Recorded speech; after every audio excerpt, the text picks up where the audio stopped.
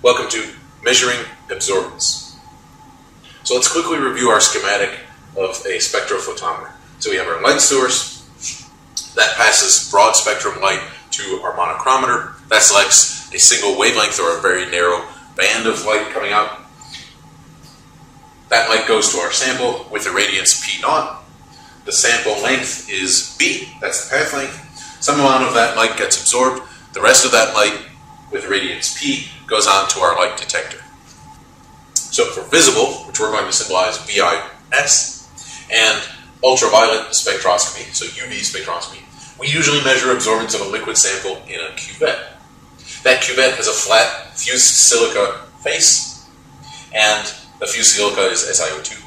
So the glass is acceptable for visible because it's transparent, but not for ultraviolet spectroscopy because glass absorbs strongly in the ultraviolet. So the most common cuvettes have a path length of 1.000 centimeters and are sold in matched sets for a sample and a reference cuvette. And so here we have a few different types of cuvette. So we have some cuvettes with two faces that are clear and not frosted. We have some cuvettes with four faces that are not frosted. We have some cuvettes that have a longer path length, and we have other cuvettes that also have that long path length but are narrower, and thus the narrower ones are more appropriate for solutions that you don't have a large quantity of. For infrared spectroscopy or IR spectroscopy, cells are typically made of solid sodium chloride or potassium bromide, and we can't use something like glass because the glass will absorb in the IR. We want to use something that is relatively transparent in the IR. So solid samples are typically crushed to a fine powder and then either added directly to potassium bromide and pressed to create a thin pellet. So they're added to a potassium bromide powder, they're mixed together, and then pressed together to form a very thin window. Or they're dissolved in mineral oil and placed between two plates looking something like this, where you take a plate, you put your sample on it, and then you take another plate and sandwich it in between, so you have sort of an Oreo cookie type of structure. Now, because gases are far less dense than liquids and solids are, a much longer path length is required for the gases. So typical path lengths for gases range from 10 centimeters to tens or hundreds of meters if you have really dilute gases. Now, because a straight path length of many meters is going to be really impractical, we use mirrors to repeatedly reflect light back and forth between the gas. So we get a very, very long path length bouncing the light back and forth so that it has a higher chance of intersecting an analyte molecule. The schematic that we've already looked at is for a single beam instrument. That was the spectrophotometer that I showed on the bottom. Now, in that sort of instrument, we don't measure the incident irradiance directly, that P0. Instead, we measure the light that passes through a blank and define that irradiance as P0. The blank is either pure solvent or a solvent plus other non-analyte species that exist in the sample. We then remove the cuvette containing our reference blank and replace it with a cuvette containing the sample. That measurement of the reference cuvette containing our blank compensates for reflection, scattering, and absorption by the cuvette and solvent and any other species in the blank.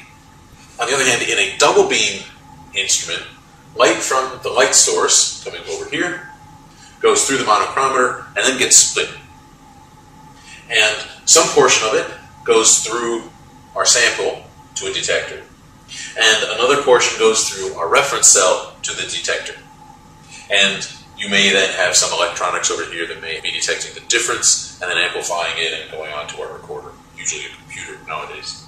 So this type of instrument is discussed in much more detail in Chapter 19. When recording an absorbance spectrum, first you want to record a baseline spectrum with reference solution in both cuvettes. So ideally, the absorbance would be 0 everywhere, but in reality, we're going to have small positive and small negative absorbance values. Now the negative absorbance value will come about if the absorbance of the reference cuvette is slightly higher than the sample cuvette or solution that is in there. So as we have blank in both cuvettes, there are going to be some small differences there. We subtract the baseline absorbance from the sample absorbance to obtain the true absorbance at each wavelength. So we get our baseline absorbance, the difference between the two cuvettes, or the two paths in our spectrometer, and that's our baseline. Then we replace the blank in our sample cuvette with our actual sample that we want to analyze, put that in, make some more measurements, take another spectrum, and then subtract the baseline from that spectrum to get the true absorbance spectrum of our analyte. So for a spectrophotometric measurement, we normally measure at the maximum absorbance at that wavelength because the sensitivity is highest at that wavelength. In other words, the signal response is highest at the wavelength that we're looking at for a particular concentration of analyte.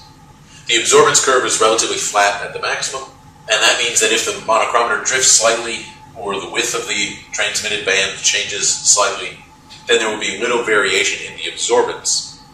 Now, spectrophotometers are most precise at absorbance between 0.3 and 2.0, and this is because at high absorbance over 2.0, then too little light gets through and the intensity is difficult to measure. Because if you're absorbing more than 99% of the light, so at absorbance more than 2, you only have a very small fraction, and the intensities of the two lights, the light through the reference and the light through the sample, those become difficult to compare. At low absorbance, so under 0.3, then too much light gets through, and it's difficult to distinguish the sample transmittance from the reference transmittance. The slight, small differences in the amount of light coming in, the noise, will dwarf the signal, that tiny absorbance of our sample. So it's best to adjust the sample concentration such that the absorbance is somewhere between 0.3 and 2.0. So some other concerns while taking spectrophotometric measurements include care must be taken to ensure that no stray light strikes the detector, because the detector is only detecting what light hits it. It doesn't know where that light is coming from necessarily. So you need to keep all compartments tightly closed. So if you have a sample compartment that opens, or if you have some hoses going in, you need to make sure that as little stray light is getting in as possible. So keep them tightly sealed. Also note that dust will scatter light, and this appears to the detector as absorbance if it's taking light and scattering it away from the detector. On the other hand, if you have light coming in from elsewhere, like if you have stray light that isn't able to strike the detector but could strike the sample cell, you could have light being scattered in the sample cell. Light from outside could strike the sample cell and get scattered onto the detector, and thus causing some noise. So you may need to filter or centrifuge your sample prior to measurements to reduce dust or suspended particles, because again, those will appear like absorbance in your sample.